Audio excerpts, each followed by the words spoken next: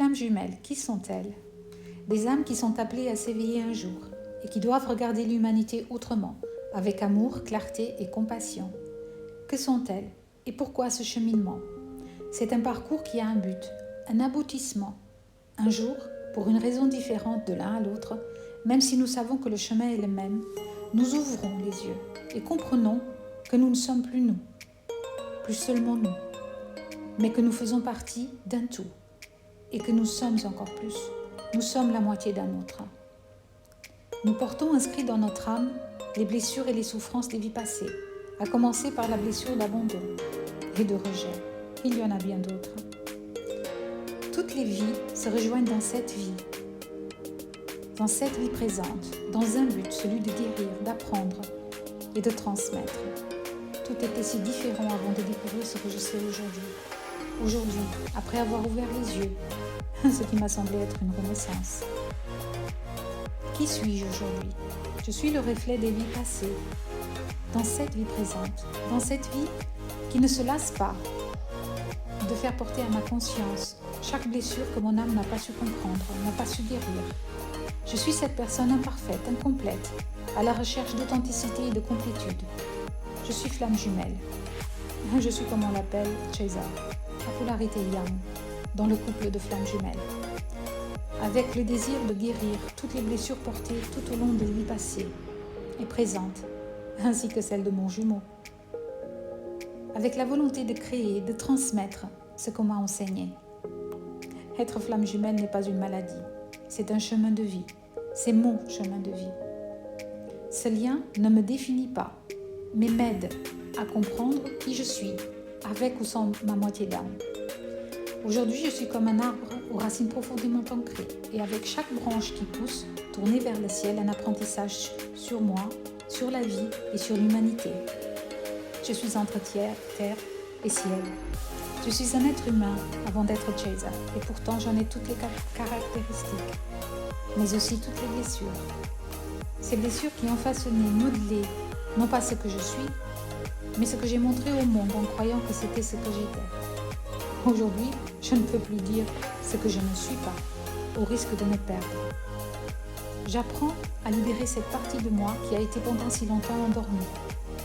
Je suis aussi cet adulte qui se souvient du temps où il savait entendre ce que les autres n'entendaient pas et qui comprenait ses intuitions et les suivait, au moins un temps, mais qui a fini par oublier avec le temps.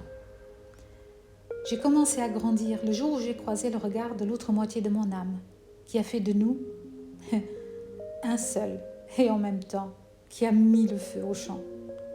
Un feu dévastateur qui a tout consumé sur son passage, ne laissant que des cendres derrière lui. Je suis l'adulte qui a subitement été contraint de plier et de mettre à terre un genou, puis deux, et pour finir, d'être vaincu au sol, contraint de s'arrêter et de regarder à la fois le ciel et la terre.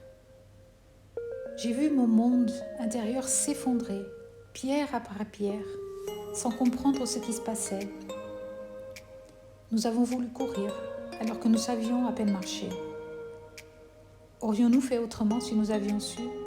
Non, bien sûr que non. Car cela n'était pas le contrat, cela n'était pas écrit ainsi, car rien dans ce monde n'est dû au hasard. Ma contribution, notre contribution, n'aurait pas pu être apportée à notre âme et à l'humanité comme cela a été prévu depuis si longtemps.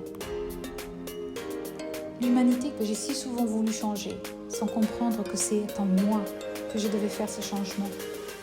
Mais pour reconstruire, il faut tout raser, tout nettoyer.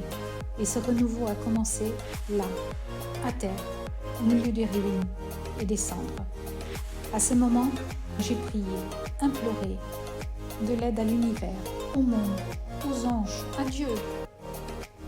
Et c'est là, au milieu de ce champ de ruines, seul de tout ce que je croyais être ma vie, de ce que je pensais être, où j'ai ressenti un tel vide, une telle tristesse, une telle solitude, que je pensais à cet instant ne jamais pouvoir me relever. C'est là, au milieu de ces cendres, au milieu des cendres de nulle part, que j'ai entendu la voix, senti l'amour et vu la lumière de qui m'avait tout donné et que j'avais oublié.